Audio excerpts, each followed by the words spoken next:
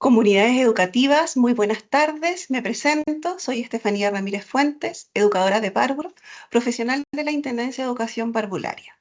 En esta ocasión, la Superintendencia de Educación, a través de la Intendencia de Educación Parvularia, les da la cordial bienvenida al primer seminario de medidas de seguridad de establecimientos que imparten educación parvularia.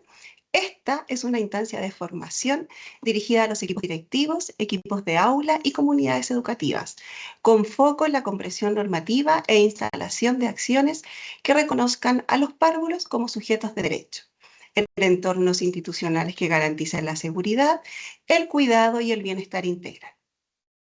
En lo específico, este seminario aborda las obligaciones de las y los sostenedores respecto a la seguridad y de disponer de un plan integral de seguridad en conformidad a la resolución exenta 2515 del año 2018 del Ministerio de Educación.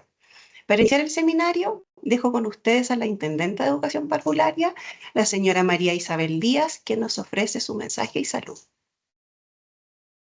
Bien, bueno, muy buenas tardes. Quiero entregarles un saludo muy especial de la Superintendenta de Educación subrogante, Mari Muñoz, que en esta oportunidad no nos puede acompañar, pero estamos aquí todos presentes y agradezco también a cada uno de ustedes por participar en este seminario virtual, que como decíamos se llama Medidas de Seguridad en Establecimientos que imparten Educación Parvularia. Esta es una iniciativa que está organizada por la Intendencia de Educación Parvularia y que forma parte de lo que se conoce como la Estrategia de Promoción y Concientización de la Superintendencia de Educación. Esta iniciativa está dirigida a sostenedores, a equipos de gestión, equipos de aula y todas las comunidades educativas. Y su foco está particularmente centrado en la comprensión normativa e instalación de aquellas acciones que reconozcan a las y los párvulos como sujetos de derecho en entornos institucionales, con políticas, prácticas y culturas que garanticen seguridad, cuidado y bienestar. El resguardo de derecho, queremos aclararlo, no es solo para los niños y niñas, sino para todos y todas los integrantes de las comunidades educativas, tal como lo señalan las distintas circulares que nosotros conformamos acá en la superintendencia. En esta oportunidad estamos focalizando toda nuestra estrategia de difusión en el Plan Integral de Seguridad como parte del reglamento interno del establecimiento educacional. A través de esta instancia buscamos difundir el marco normativo vigente y colaborar en la instalación de las capacidades, especialmente en sostenedores, directores y equipos de gestión y de aula, para que puedan cumplir con su rol de garantes de derechos de los niños y niñas con conocimiento normativo educacional. En esta oportunidad también quisiera agradecer especialmente la participación en este seminario de Ítalo Volpe, que es prevencionista y experto en seguridad escolar y nos ha acompañado en otras ocasiones. Él está representando a la División de Fiscalización de esta Superintendencia de Educación, y también quiero comentarles que vamos a contar, ya se ha presentado ella, con la participación también de nuestra profesional Estefanía Ramírez, que trabaja aquí en la Intendencia de Educación Parvularia y es experta en el ámbito de la primera infancia. Finalmente, agradecemos a todas las personas que se han conectado para apropiarse de la normativa educacional y, en definitiva, aportar con el cumplimiento normativo y el resguardo de derechos de los niños y niñas que asisten a establecimientos educacionales. Muchas gracias. Muchas gracias, Intendenta, por sus palabras. Ahí estamos avanzando. Bueno, este seminario está centrado en los ámbitos de seguridad y pertinencia que deben existir en el Plan Integral de Seguridad, ya que sabemos que el nivel educativo abarca las edades entre los 0 y los 6 años, ¿cierto? Por tanto, el actuar debe responder también a las características de los niños y de las niñas. Esta es una instancia de colaboración, ¿cierto?, con la División de Fiscalización y la Intendencia, donde nos hemos propuesto dos objetivos. El primero es difundir el actual marco normativo que regula la seguridad en el nivel de educación parvularia para que sea un lugar seguro y protector, ¿cierto? Y el rol que le cae a la Superintendencia de Educación es la promoción y la fiscalización con resguardo de derechos. Y lo segundo es colaborar en la instalación de capacidades de los sostenedores y las sostenedoras y del comité de seguridad para que puedan cumplir su rol como garante, ¿cierto? Así también para promover, así también cómo se promueve en el sistema de aseguramiento de la calidad. El programa de hoy contempla la exposición de las obligaciones contenidas en las circulares vigentes y el análisis del experto de prevención de riesgo, ¿cierto? Como mencionaba la intendenta, el señor Ítalo Volpe, de la División de Fiscalización de la Superintendencia. Y bueno, durante estas exposiciones se dará respuesta simultánea a las consultas y comentarios que vayan ingresando a través del chat, utilizando el botón con el signo de interrogación que se ubica en la parte superior de la pantalla, así como al término de las presentaciones, en la medida del tiempo, ¿cierto? También responderemos algunas inquietudes en la medida que vamos alcanzando con los tiempos. Y al término de este seminario les entregaremos esta presentación, ¿cierto? Que vamos a utilizar el día de hoy, pero también material anexo que hemos recopilado para ustedes, para que puedan tener muchas más herramientas en la construcción del PICE y las medidas de seguridad de los establecimientos. Damos inicio entonces al desarrollo temático y al contenido ya de este seminario. Y acá es muy necesario primero conocernos, ubicar y señalar que nosotros somos la Superintendencia de Educación, somos una institución integrante del sistema de aseguramiento de la calidad en conjunto con el Ministerio de Educación, con la Agencia de la Calidad de la Educación y con el Consejo de Educación, ¿cierto?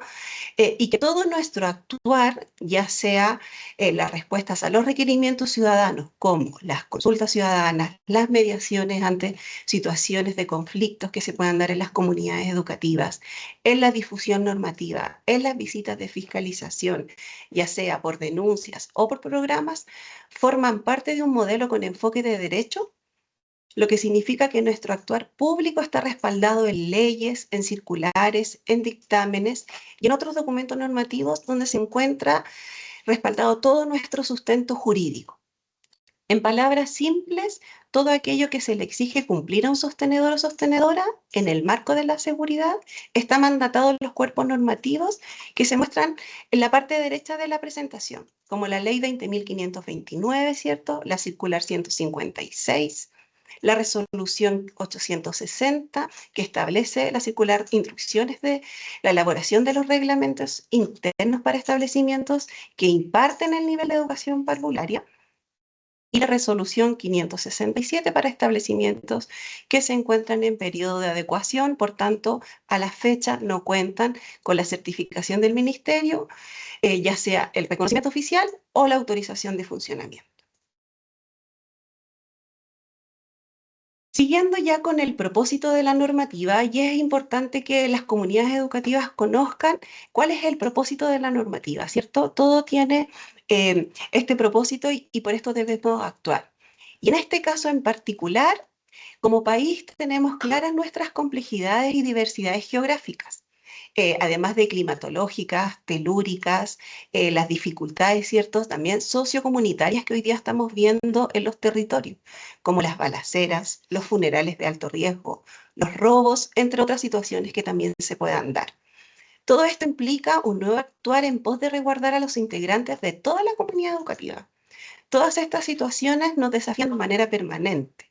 Es por ello que el propósito de la normativa es, primero, generar una actitud de autoprotección teniendo por sustento una responsabilidad colectiva frente a la seguridad.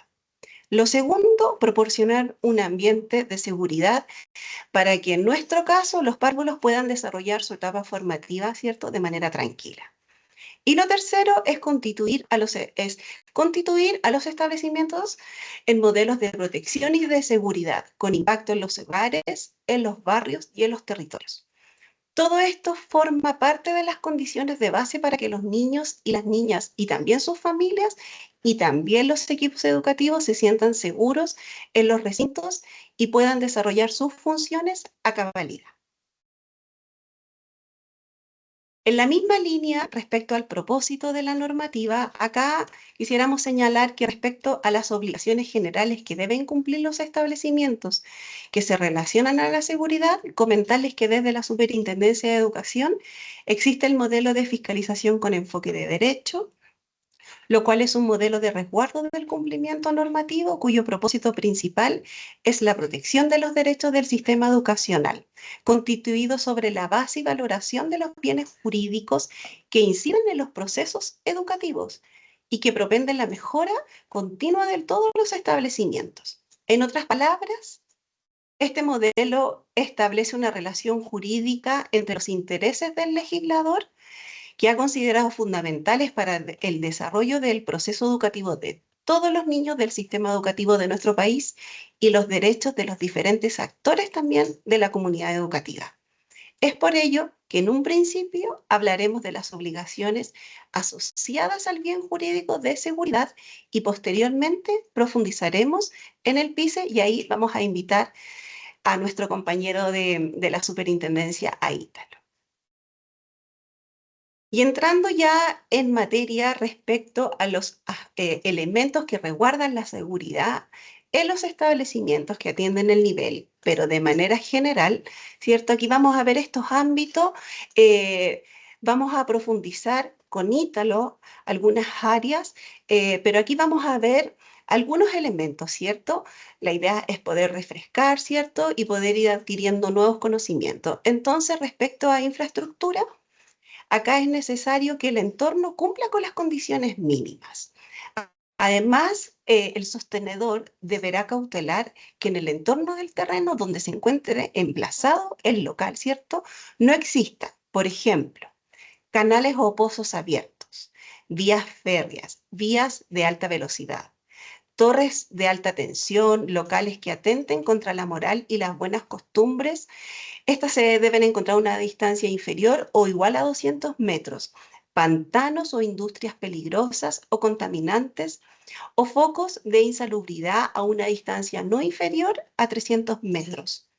No pueden estar cerca de un establecimiento en zonas de posibles derrumbes, por ejemplo, avalanchas, inundaciones o otras situaciones riesgosas y además antenas de telefonía celular. Por otro lado, yendo más al interior del establecimiento, ¿cierto?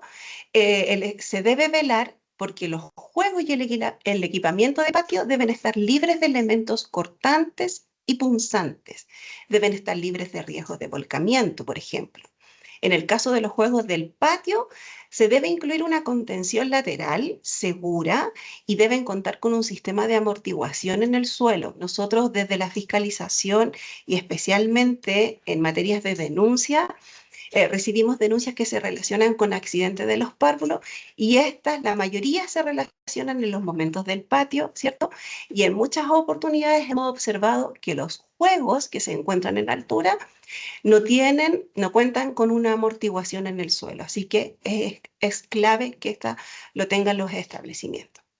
Por otro lado, el material didáctico debe cumplir con las exigencias de seguridad y de higiene básicas asociadas a ¿qué? A la estructura, ¿cierto? Al diseño que resguarde la seguridad de los niños. Las superficies deben ser lisas, ¿cierto? Sin astillas ni grietas pronunciadas que puedan proporcionar un corte, por ejemplo, a un niño, otra herida, solo por el hecho de manipular los elementos. También, si estamos con material didáctico, por ejemplo, que cuente con elementos en su interior, esto debe estar sellado y debe ser seguro. Y muy importante, todo el material debe encontrarse en buen estado físico, pero también de higiene, resguardando la salud de los párvulos debido a la manipulación permanente que se da, ¿cierto? Sabemos que los niños de manera diaria ocupan el material didáctico, lo comparten, así que es necesario poder establecer protocolos o procedimientos para la higiene del material educativo.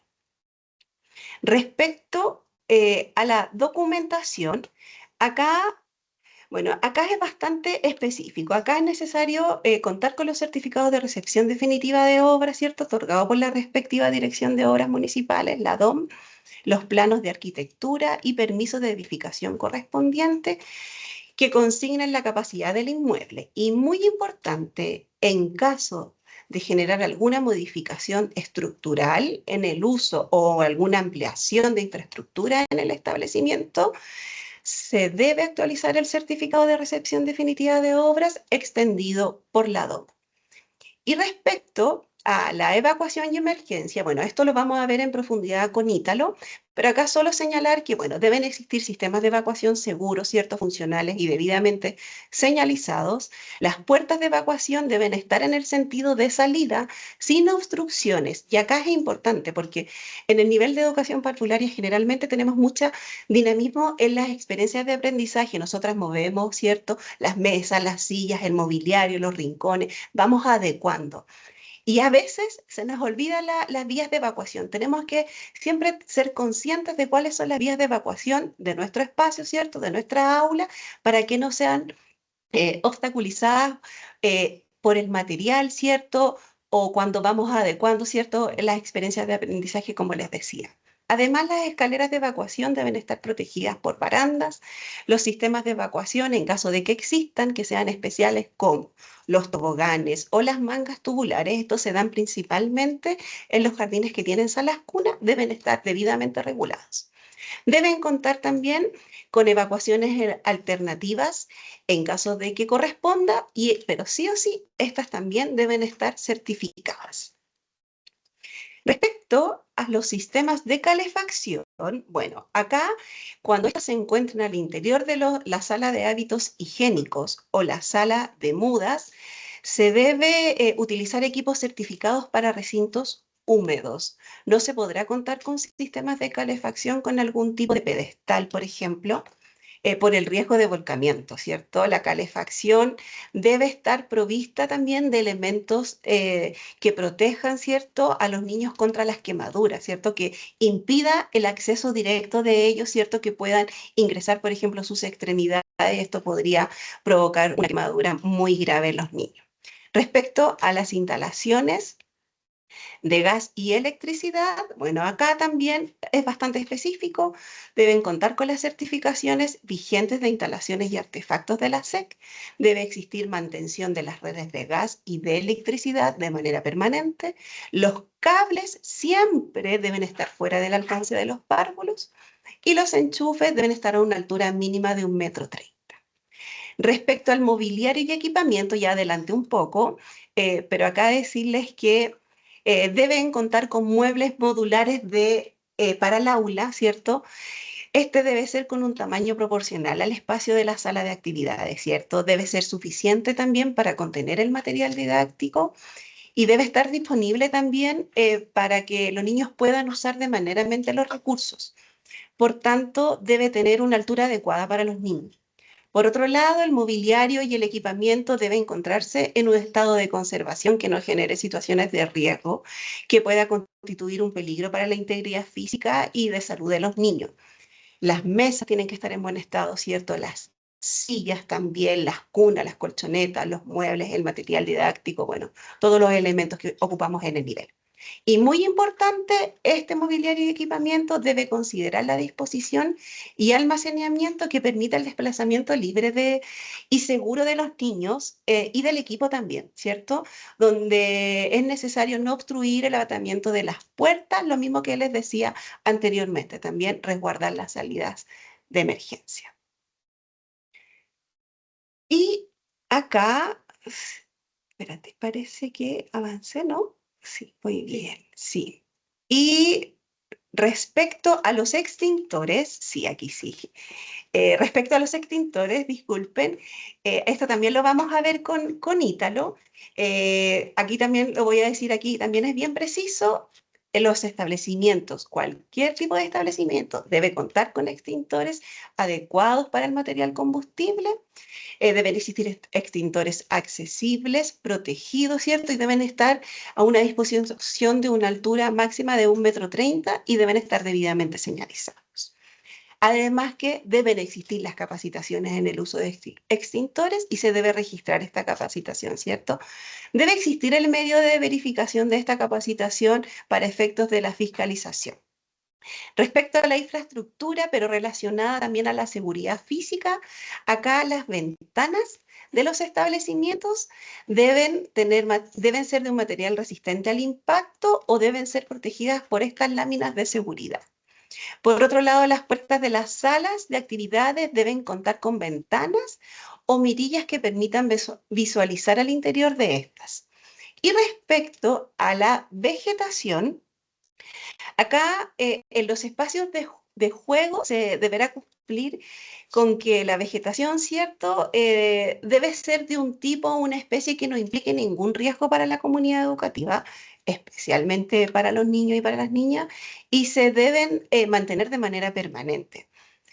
Acá también hemos observado, lamentablemente, situaciones de accidentes por cortes en la cara de niños con alguna rama de un árbol que estaba en el patio que no fue podado debidamente.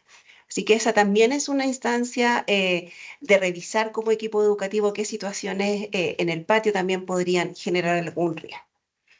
Bueno, todos estos elementos generales de seguridad mencionados recientemente deben existir en cualquier tipo de establecimiento que atienda el nivel de educación parvularia, ya sea un jardín infantil, una sala cuna, una escuela de párvulo, escuelas de lenguaje, escuelas y colegios con los niveles transición, en algunos casos también existen niveles medios en escuelas o colegios. Todo esto se relaciona a la seguridad que deben considerar, ¿cierto? Y debe ser pertinente al nivel de educación parvularia. Se debe pensar en los niños y las niñas y también en las comunidades educativas en general. A continuación, entonces, seguiremos con la circular 860, que es la circular que imparte instrucciones para la generación de reglamentos internos, ¿cierto? Pero solo vamos a hablar respecto a las obligaciones que se relacionan al PICE, al Plan Integral de Seguridad. Así que ya entramos en materia del PICE.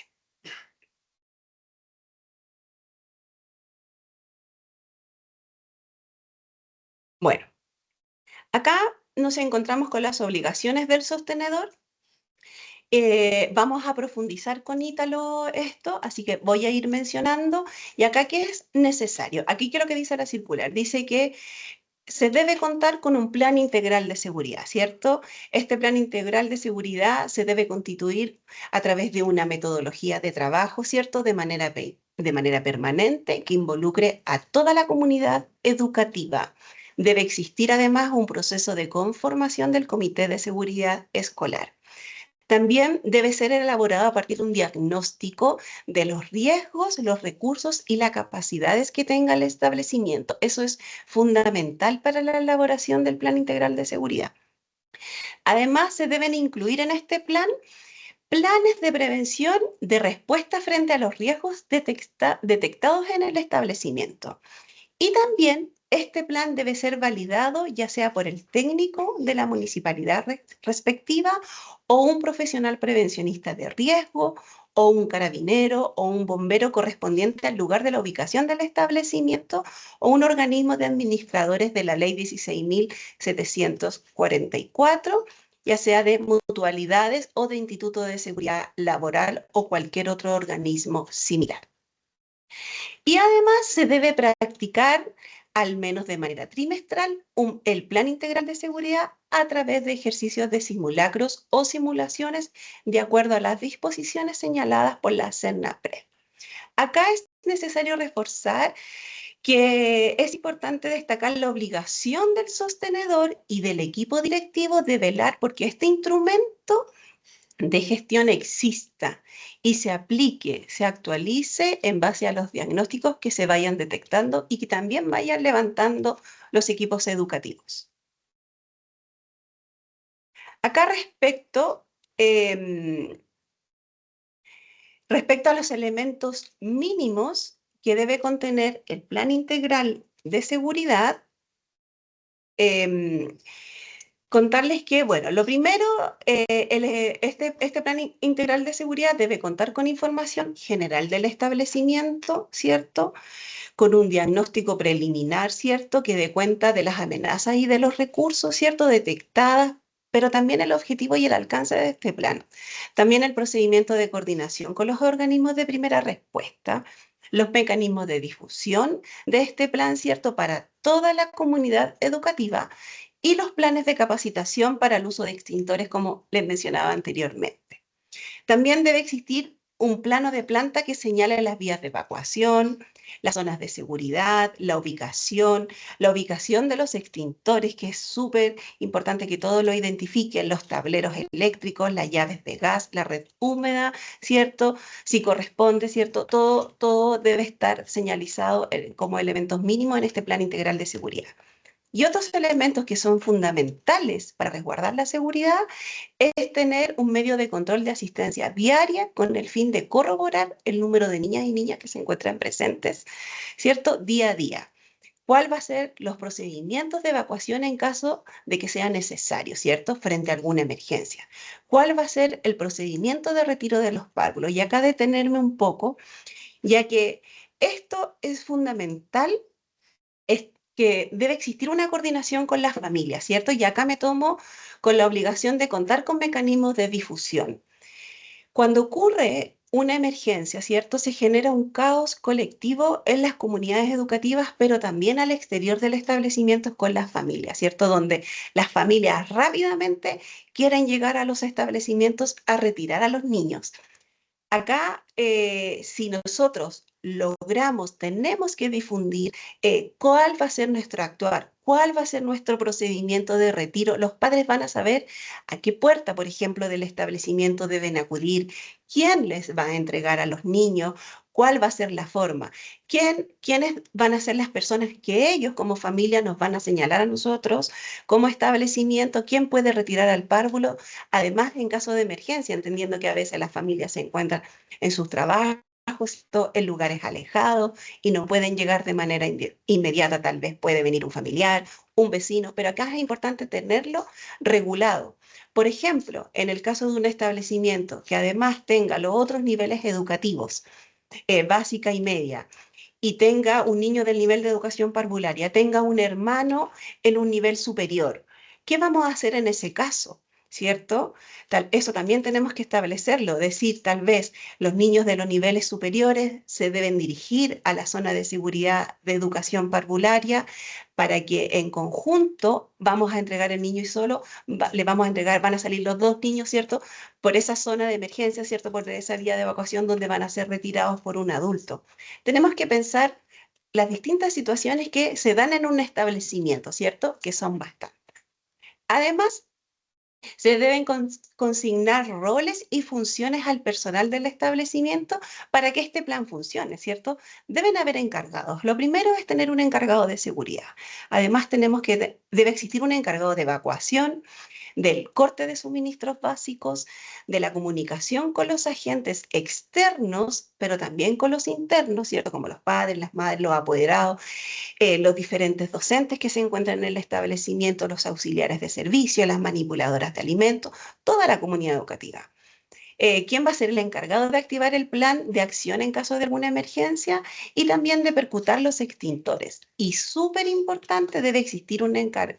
¿Quién va a ser el reemplazo de este encargado? Y acá como sugerencia, no deben consignar el nombre de una persona en específica, sino más bien recomendamos consignar un rol, ¿cierto? Como por ejemplo, el encargado de percutar los extintores va a ser el auxiliar de servicios. Si el auxiliar de servicios no se encuentra, por ejemplo, puede ser la secretaria del establecimiento o la administrativa o la inspectora del establecimiento o la educadora de párvulos. Ahí tienen que ver quién va a reemplazar. Y por sobre todo, bueno, deben hacer un procedimiento de inspección, ¿cierto? Debe existir una evaluación periódica de este plan, de los simulacros y de las simulaciones y también de las situaciones que vayan a observar. Bueno, es por ello que ahora profundizaremos más en la metodología de cómo elaborar un plan integral de seguridad, ya que sabemos que todo centro educativo del nivel, ya sea de educación parvularia o escolar, debe poseer un plan integral de seguridad. Bueno, y cuando hablamos, y aquí entramos en los fundamentos del Plan Integral de Seguridad, y cuando hablamos no solo de estos fundamentos del PICE, no solo es la existencia, ¿cierto? Y sus contenidos mínimos, que es lo que nosotros vamos a fiscalizar, sino que también la aplicación, el contenido, la pertinencia en el territorio y en el nivel que se inserta en el establecimiento, y por sobre todo la constante actualización dependiendo de los riesgos y amenazas que ustedes vayan detectando.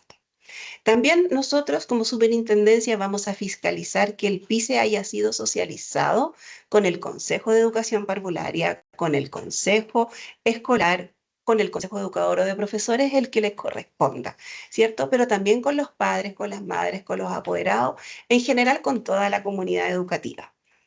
Además, el Plan Integral de Seguridad, de acuerdo a los cuerpos normativos indicados al inicio de este seminario, debe ser actualizado al menos una vez al año.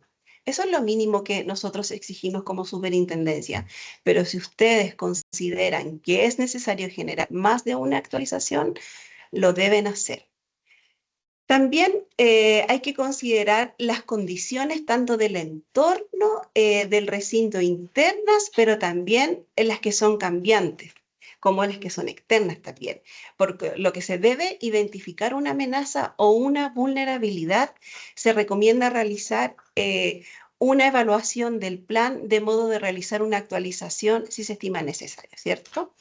Se debe considerar en este diagnóstico que los niños que cuentan con alguna condición médica, por ejemplo, si hay un niño que tenga alguna discapacidad motora, ¿cómo vamos a trasladar a este párvulo? ¿Qué pasa si tengo niños con alguna necesidad educativa especial? Por ejemplo, con un diagnóstico de autismo. ¿Cómo vamos a actuar con este niño? Acá lo vinculo también con la circular 586, que es para circular, que imparte instrucciones para los establecimientos con niños que tengan diagnósticos de autismo. Debe existir un plan individual con los niños con este diagnóstico. Y ahí también tenemos que pensar en los casos de emergencia. ¿Qué vamos a hacer? ¿Qué pasa si este niño sufre una desregulación en este momento? Que es muy posible, ¿cierto? Por el caos que se va a generar en la comunidad. Tenemos que ir pensando en cómo vamos a actuar en todos los casos. También se recomienda realizar una evaluación luego de la realización de un simulacro, que se junte, ¿cierto?, este comité y que puedan ver si la aplicación de los protocolos ante esta situación de emergencia fue real. Si está actualizado, en caso de ser necesario, se debe actualizar. En definitiva, el Plan Integral de Seguridad debe ser actualizado, como les dije ya, una vez al año, idealmente cada vez que se determine como necesario, ¿cierto?, por el establecimiento. Y si hablamos de falencias, como superintendencia podemos mencionar que a veces existen planes genéricos por parte de sostenedores, donde hemos visto en procesos de fiscalización protocolos, por ejemplo, ante tsunamis en la región metropolitana. Esto da cuenta, ¿cierto?, que no existió un procedimiento, ¿cierto?, un diagnóstico, una planificación del PICE, ¿cierto? Porque acá el Plan Integral de Seguridad no es real. No es real que tengan protocolos frente a tsunamis si estamos en la región metropolitana, ¿cierto? Entonces, no responde al territorio. Y acá, sin embargo, igual hay que considerar que es importante que una entidad sostenedora pueda establecer pautas estandarizadas, ¿cierto?, de cómo van a proceder frente a ciertas situaciones. Pero estas pautas deben responder a la realidad de cada recinto y, más importante aún, deben responder a los niveles educativos, especialmente al nivel de sala cuna, ¿cierto? Porque la autonomía de los niños para trasladarse no es la misma que los niveles medios y también los niveles de transición, y si tienen otros niveles educativos también no es la misma autonomía. Y también, como les decía recientemente, si tienen niños con necesidades educativas especiales, en base también al territorio y las situaciones que ustedes vayan determinando. Bueno, como les señalé en un principio, estamos acá con Ítalo, experto en la materia. Ahí ya va a aparecer en pantalla Ítalo, aquí está. Bienvenido Ítalo, este es el primer webinar que hemos organizado en este año como Intendencia de Educación Parvularia. Muchas gracias por participar en nuestro seminario. Hola, Estefanía. Muchas gracias a la Intendencia por la invitación a participar en esta instancia. Quiero también saludar a todas las personas que nos acompañan en este primer webinar del año 2025, en el cual queremos compartir con ustedes eh, instancias de conocimiento respecto a la seguridad parvularia. Bueno, y para iniciar entonces la conversación con Ítalo, sabemos que existen etapas para la elaboración del Plan Integral de Seguridad. La primera es la constitución del comité. La segunda es el desarrollo del diagnóstico y la tercera es la metodología AIDEP, que corresponde al análisis histórico, la investigación del terreno, la discusión y el análisis que se debe generar, la elaboración del mapa y la planificación. Ítalo. Entonces, ¿nos podrías explicar cómo debe ser la constitución del Comité de Seguridad, sus funciones y las capacitaciones? ¿Y qué capacitaciones deberían tener sus integrantes? Bueno, Estefanía, primero, para que la función se desarrolle y aporte a la generación de la cultura de seguridad y prevención que hablamos, es importante que la entidad sostenedora cumpla con la obligación de elaborar, ¿cierto?, un plan integral de seguridad escolar, el PICE, con la comunidad educativa y disponer de un comité de seguridad escolar, el cual debe conformarse considerando la realidad del establecimiento. O sea, es decir, por ejemplo, la cantidad de educadoras, técnicos, personal administrativo. Por lo tanto, más que la cantidad de integrantes del comité, es importante considerar que todas las acciones que están indicadas en la guía de implementación del PICE sean contempladas y cumplidas. La misión del comité es coordinar a la comunidad educativa con sus respectivos representantes, esto a fin de alcanzar una activa y masiva participación en un proceso que nos comprometa a todos, ¿ya?, y a todas. ¿Y esto para qué? Para estar preparados frente a las diversas amenazas, ¿ya?, considerando los niveles educativos, complejidad de la planta física y, muy importante, como señalabas tú, el área en que se sitúa, ya que este comité deberá adecuarse a la realidad del contexto del establecimiento. Respecto a las capacitaciones, es importante señalar que todas las personas que se desempeñan en el establecimiento de educación parvularia, como cualquier establecimiento de educación, cualquier nivel que sea, deben contar con un curso de uso y manejo de extintores, y es un requisito legal que está establecido en el Decreto Supremo 540 del Ministerio de Salud. Adicional a esa capacitación, es recomendable que se cuente con un curso sobre primeros auxilios y también contar con un perfeccionamiento sobre la identificación de riesgos y elaboración de mapas de seguridad, lo cual es muy necesario para la implementación y, como señalabas muy bien, la constante evaluación del plan integral. Hay que recordar que todas estas capacitaciones que hemos mencionado se pueden ser gestionadas por las entidades sostenedoras con la mutualidad en la cual se encuentran adentro. Hay también otros cursos complementarios que, si bien no son obligatorios, y además pueden tener un costo monetario en realizarlo, pueden ser considerados por ustedes si lo estiman necesario, como es el caso, por ejemplo, de una capacitación en lo que es gestión de riesgos. Perfecto, Ítalo, muchas gracias. Entonces, acá es clave reforzar que la misión del comité es coordinar a la comunidad educativa, ¿cierto? Con sus respectivos representantes a fin de alcanzar una activa y masiva participación en un proceso que los compromete a todos, ¿cierto? A todos y todas para estar preparados frente a las diversas amenazas. Y avanzando, Ítalo, en la segunda etapa, y respecto al diagnóstico de las amenazas, a las vulnerabilidades y las capacidades del centro educativo, porque creo que esta etapa es clave para tener un PICE pertinente, ¿cierto? ¿Nos podrías definir qué se debe detectar en el diagnóstico? Bueno, Estefanía, el primer concepto que tenemos que reconocer, y como ustedes pueden ver en este momento en la lámina que está en pantalla, en la primera columna tenemos lo que es el riesgo. Y esto se define como una relación que existe entre una amenaza, una vulnerabilidad, y la capacidad o recurso. Ya, el riesgo está relacionado con la probabilidad de que un sistema sufra un daño. Es importante prestar atención a aquellas condiciones o elementos también que ante su ausencia pueden significar la ocurrencia de un accidente o bien pudiera aumentar la consecuencia de un hecho. Un ejemplo puede ser la ausencia de protección en los muebles, lo que ante un golpe, ¿cierto?, la consecuencia pudiera ser un corte en la frente de un menor. También tenemos que considerar todo aquello que ante su presencia, ¿cierto?, aumenta el riesgo de ocurrencia de un accidente, como es el caso, por ejemplo, de elementos en el piso que pudieran generar la caída de menores durante su desplazamiento, o mientras se encuentran jugando. La pregunta es entonces, ¿cómo nos anticipamos a ello? ¿Qué recursos, actividades y capacidades instalamos? Por ejemplo, se nos viene la temporada cierto invernal, una medida podría ser la limpieza permanente de canaletas, mantener los desagües expeditos, contar con una nómina de apoderados voluntarios dispuestos a ayudar, contar con mobiliario en altura para cuidar material y bañarlo, etc. Otro concepto que tenemos, y el segundo que se ve en la columna, es la amenaza. Una amenaza es un factor externo que representa tanto un factor de la naturaleza como un evento desencadenado por un factor humano, ¿ya? Y que puede significar un potencial daño a la comunidad educativa. Por ejemplo, en un jardín infantil pueden verse amenazados por la cercanía de un río que se desborda en invierno, o por las emanaciones tóxicas de una empresa cercana, o por el ruido permanente de la carretera que pasa una cuadra, o por balaceras cuando hay funerales de alto riesgo. Por otro lado, el segundo factor que influye en el riesgo es la vulnerabilidad, que es un factor interno que corresponde a la propensión o la susceptibilidad que tiene la organización frente a las amenazas.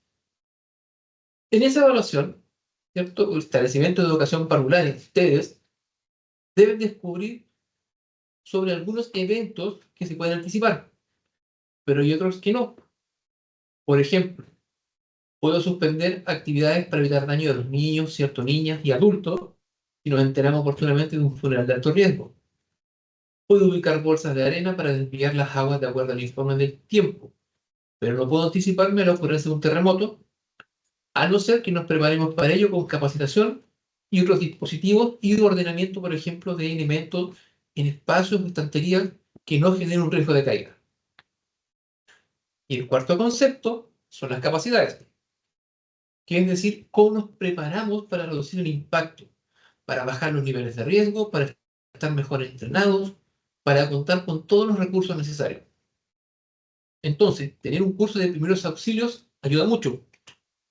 Saber que todo el personal puede utilizar correctamente un extintor da tranquilidad y que estos se encuentran en condiciones óptimas.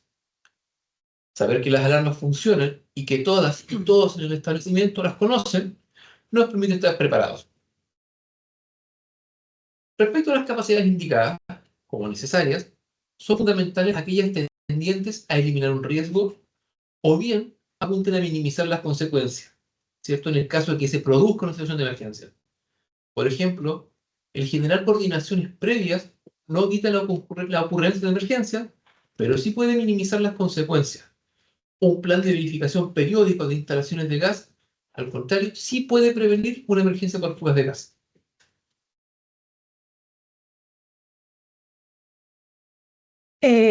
Entonces, Ítalo, acá respecto a la comprensión del riesgo de la comunidad educativa, acá en resumen, para poder comprender el riesgo, ¿cierto? Como se grafica en esta lámina, si se aumenta la capacidad del establecimiento y de la comunidad educativa, estas pueden disminuir tanto la amenaza como la vulnerabilidad, ¿cierto?, ante estos eventos críticos, lo cual significa una reducción del riesgo. Y siguiendo, ¿cierto? Si nos preguntamos, ¿y cuáles son las capacidades entonces que debe tener un establecimiento? Aquí está la fórmula que nos muestra que un establecimiento educativo, mientras más capacidades instaladas pueda ayudar, ¿cierto? Va a bajar o va a controlar los riesgos. Como primera fortaleza, capacidad que debe demostrar una comunidad educativa es que debe poseer un plan integral de seguridad y que todos y todas lo deben conocer. Eso es fundamental, ¿cierto? Además que tienen un personal preparado, ¿cierto? Y que el comité de seguridad se encuentra constituido, que tienen identificadas las áreas internas y externas de seguridad y toda la logística pertinente a un actuar preventivo o reactivo, según sea el caso, como por ejemplo realizar ejercicios de simulacro en los diferentes periodos de la jornada. Y esto también es importante porque a veces generamos el simulacro, ¿cierto? Cuando están todos los niños dentro del aula, los tenemos a todos ahí visualmente controlados, ¿cierto? Pero no hemos pensado tal vez que pueda existir una situación de emergencia cuando estemos en el momento de la colación o en el recreo o cuando estén jugando, ¿cierto? En alguna actividad libre los niños, ¿cierto? O en el ingreso de los niños o en el retiro de los párvulos. Tal vez también es necesario ir generando simulacro en distintos momentos de la jornada para que veamos cómo vamos a actuar. Y considerando también las características de los diferentes niveles educativos, que ya lo he mencionado, pero la verdad es que creo que es muy necesario reforzarlo, como la sala cuna, insisto, por ejemplo, donde los párvulos no cuentan con el desarrollo suficiente para trasladarse de manera autónoma en caso de emergencia. Avanzando entonces ahora en la tercera etapa y siguiendo con Ítalo, ¿cierto? Nuestro experto en la superintendencia, ya vimos la constitución del comité, el desarrollo del diagnóstico, ¿cierto? Pero las orientaciones para la elaboración del PICE nos habla de una sigla AIDEP. Ítalo, ¿nos puedes explicar qué significa y en qué consiste? Bueno, Estefanía, la metodología INDEP es una metodología que busca lograr una completa visión de lo que puede ocurrir, evitar que ocurra, o bien, al no ser evitable, ¿cierto?, que este evento dañe lo menos posible a la comunidad educativa. Cuando hablamos del análisis histórico, este contempla la identificación de eventos, ya sea tanto dentro del establecimiento del recinto, como en el entorno, y que generaron o pudieron haber generado un daño a la comunidad educativa. Se debe considerar la fecha de ocurrencia, el impacto que tuvo, cómo se actuó en su momento. Ya, la investigación en terreno consiste en detectar, primero, si se mantienen las condiciones que dieron origen a las situaciones identificadas en el análisis histórico, o bien, se identifican nuevas condiciones de peligro para los párvulos, niños, niñas y en general la comunidad educativa. A modo de ejemplo, todos sabemos que Chile es un país sísmico. Por ende, si tenemos el análisis histórico de que el año 2010 hubo un sismo de alta magnitud, sabemos que en la investigación en terreno esas condiciones se mantienen. En la discusión y análisis de riesgos, hay que considerar qué condiciones de las detectadas presentan un mayor impacto en la seguridad de las personas, ya sea por las lesiones que puede causar, la frecuencia con que ocurre o podría ocurrir. La elaboración del mapa de riesgo hay que tener presente el plano interior y exterior, junto a la identificación de las redes de apoyo cercanas, los recursos disponibles, como los riesgos detectados. Es decir, este mapa debería considerar la identificación de recursos de apoyo, como por ejemplo instalaciones de bomberos, servicios de salud, policías, juntas de vecinos, etc. Los recursos disponibles, es decir, dónde están los extintores, cuáles son las vías de evacuación, las zonas de seguridad y los riesgos detectados, ya sea dentro del establecimiento como en el exterior. La planificación es la estrategia que debe considerar todo lo mencionado anteriormente. ¿Esto para qué? Para establecer los objetivos y estrategias, las acciones y fechas que se van a realizar para minimizar, ¿cierto?, las amenazas, las fechas, gestión administrativa que se realiza y también presupuestaria, entendiendo que muchas de estas medidas pueden significar quizás capacitaciones o mejoras en la infraestructura. Los recursos humanos y materiales que se van a necesitar y quiénes son los responsables de la evaluación y seguimiento de esta planificación. Gracias, Ítalo. Y para profundizar aún más en el contenido del PICE, si bien ya lo mencionaste, quisiera reforzarlo. ¿Quiénes podrían validar el Plan Integral de Seguridad Escolar, cierto? ¿Y con qué instituciones es importante relacionarse? Creo que esta duda siempre se genera bastante en las comunidades educativas. Así es, Estefanía.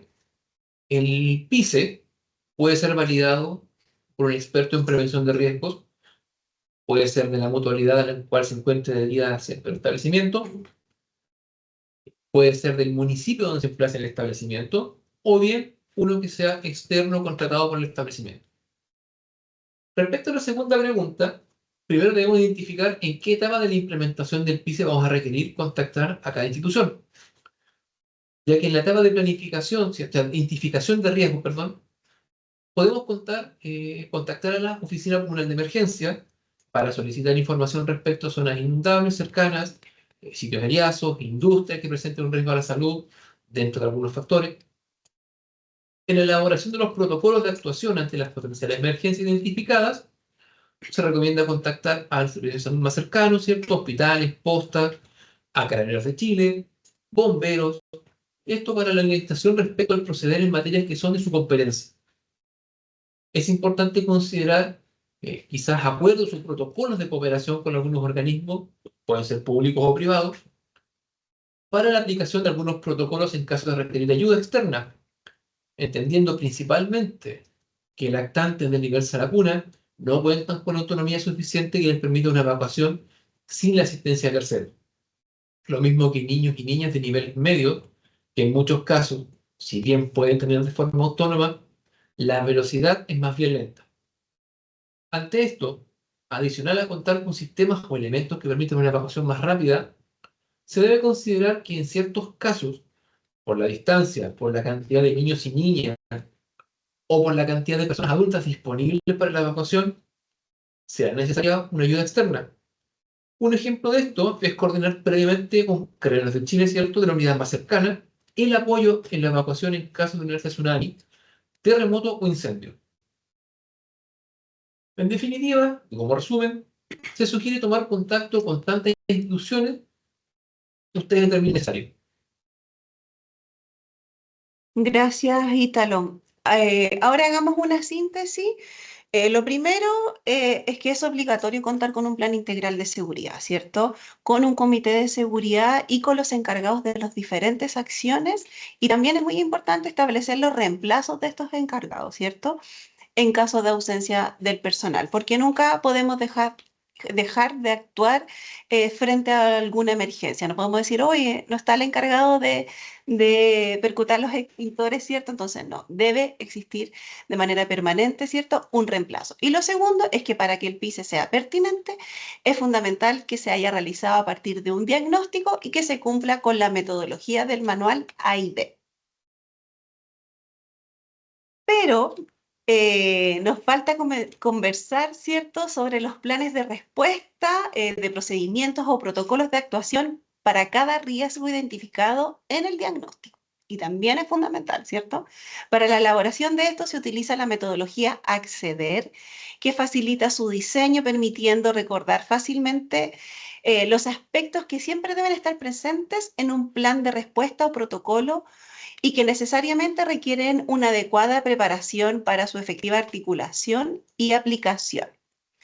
Y antes de darle el pase a Ítalo, quisiera agradecer la permanencia de más de 1000 personas que están conectadas en nuestro webinar, así que muchas gracias por la permanencia y por la conexión también. Entonces, Ítalo, ¿nos puedes comentar qué significa la sigla Acceder y cómo se debe implementar en la elaboración de los protocolos de actuación? Bueno, la sigla Acceder es un acrónimo ya, de todas las etapas que contienen los protocolos de actuación del PICE. Para la elaboración de estos planes de respuesta a protocolos, ¿cierto?, por cada riesgo detectado en el diagnóstico, es necesario considerar primero la alerta y la alarma.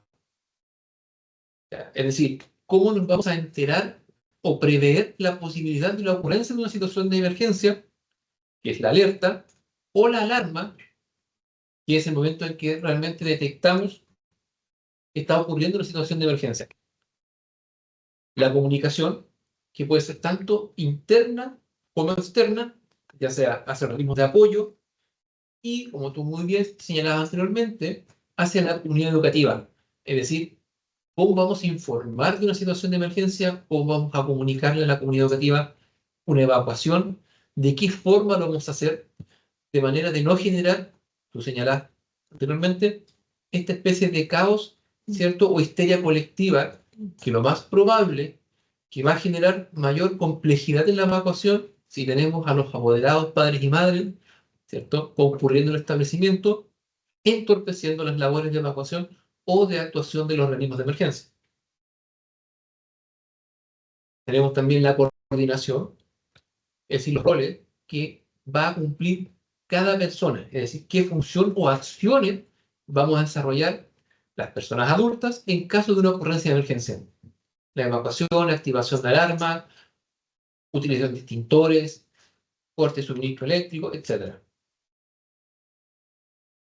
Tenemos también la evaluación de la situación, es decir, quién va a tomar las decisiones en base al desarrollo de la emergencia. ¿Vamos a evacuar? ¿No vamos a evacuar? ¿Vamos a avisar a la familia? ¿Por qué medio? ¿Cuál va a ser la zona de seguridad que se va a ocupar? Esa es la evaluación primaria. La evaluación secundaria es la evaluación que es posterior a la aplicación del protocolo, es decir, donde evaluamos ya, con calma días posteriores si el protocolo realmente cumplió el objetivo, ¿ya? O es necesario una readecuación. Y por último, la readecuación misma del plan de emergencia, ¿cierto? Es de acuerdo a las conclusiones obtenidas en esta evaluación secundaria. En esta readecuación, que puede ser tantas veces como la entidad o el establecimiento lo determine necesario, se ven todas las posibles desviaciones o falencias que hayan detectado, tanto en la aplicación real del protocolo como en los simulacros. Finalmente, es importante que se contemple, ¿cierto?, la ejercitación de estos protocolos mediante simulacros, como tú muy bien señalaste anteriormente. Ahora, también hay que considerar que es muy posible que durante el transcurso del periodo del año surjan nuevas amenazas que no están identificadas, como por ejemplo posibles balaceras, por lo cual esas situaciones también es necesario identificarlas, evaluarlas y agregarlas al protocolo de actuación si lo estiman pertinente de acuerdo a las amenazas detectadas. Gracias, Ítalo. Muchas gracias por compartirnos todos tus conocimientos y experiencias. La verdad es que la experiencia que tienes acá en la superintendencia, con muchas visitas a establecimientos, ¿cierto? Con procesos de fiscalización, pero también de programas de acompañamiento que se dan en los establecimientos, y a lo largo de todo nuestro país. Así que muchas gracias por todo esto que nos has entregado el día de hoy. A mí me queda solo cerrar esta parte expositiva diciendo que un plan integral de seguridad es un ciclo de mejora continua que a partir de un diagnóstico se planifica el PICE, se difunde, se aplica, se monitorea, se evalúa, ¿cierto? Se corrige, se actualiza y se vuelve a diagnosticar el entorno por si hay alguna nueva amenaza. Y nuevamente se inicia este ciclo, ¿cierto? Que nos tiene que llevar a tener la certeza que la seguridad, el cuidado del bienestar, que forman parte de las condiciones donde se debe habitar, ¿cierto? Ya sea para ejercer nuestro derecho a trabajar, ¿cierto? Como adultos y también fundamentalmente por las condiciones que deben tener los niños y las niñas, que deben ejercer su derecho a la protección y también a la educación. Esperamos que la exposición haya sido ilustrativa, que los conceptos que hemos querido reforzar, ¿cierto? Y relevar en este seminario les haya servido, ¿cierto? Sea pertinente, ¿cierto? Y que les permita que el PICE lo puedan potenciar, ¿cierto? Y puedan realizar una gestión colaborativa y preventiva desde el centro educativo, considerando el territorio local, ¿cierto? Y las características de la educación parvularia. Creo que estamos bastante bien en el tiempo, nos quedan unos pocos minutos, así que alcanzamos, ¿cierto? Y tenemos varias preguntas del chat que ya se han dado respuesta, ¿cierto? Por parte de las profesionales de la Intendencia. Nos acompaña Karina Reyes, encargada de la Unidad Técnica Educativa, y Alejandra Zamorano, secretaria técnica de la región de Antofagasta. Ellas están dando las respuestas en el chat. Pero queremos relevar dos preguntas que creemos que es necesario que todos las conozcamos, ¿cierto? Y que Ítalo nos pueda dar las respuestas, ¿cierto?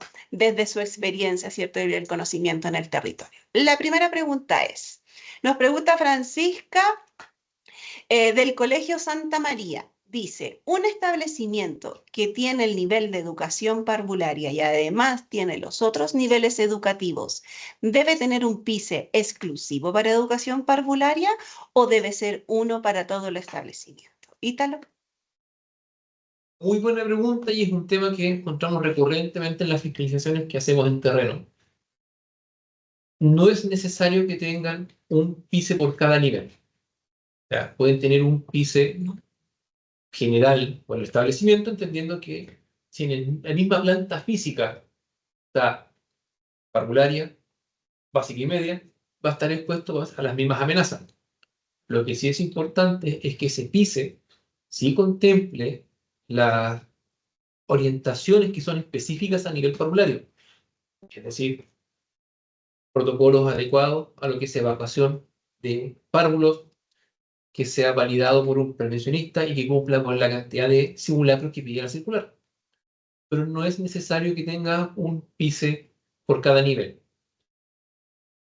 Gracias, Ítalo, nos queda claro. Yo creo que le queda claro a Francisca, ¿cierto? Y a todas las comunidades que tal vez también tenían esta duda. Y la segunda pregunta que vamos a compartirla, aquí la realiza Pablo, ¿cierto? De la Escuela Rural Arturo Prat, ¿cierto? Y dice, ¿qué curso es válido para el uso de extintores? A ver, respecto al uso de extintores, la normativa señala de que deben ser capacitados al menos, ¿cierto? Todas las personas que se empeñen en cualquier lugar de trabajo. En este caso en específico hablamos de establecimiento de educación parvularia.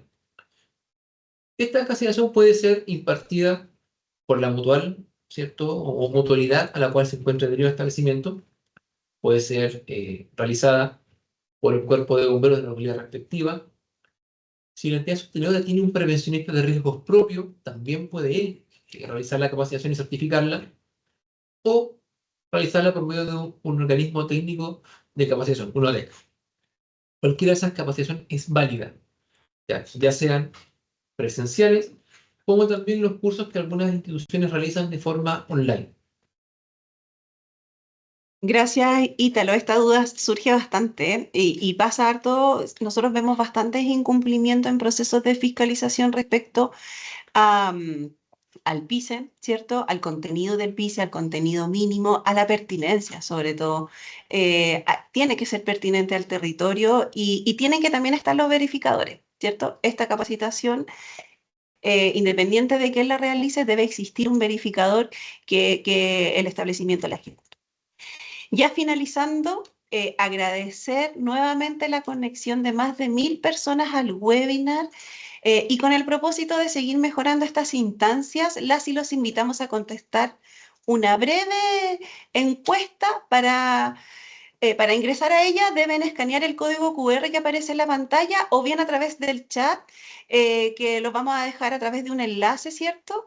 Y ahí van a poder generar esta encuesta, ¿cierto? Donde al terminar la encuesta podrán acceder a la presentación del día de hoy, ¿cierto? Y además incluye copias de documentos normativos referenciados, orientaciones del Ministerio de Educación, de la Superintendencia de Educación, ¿cierto?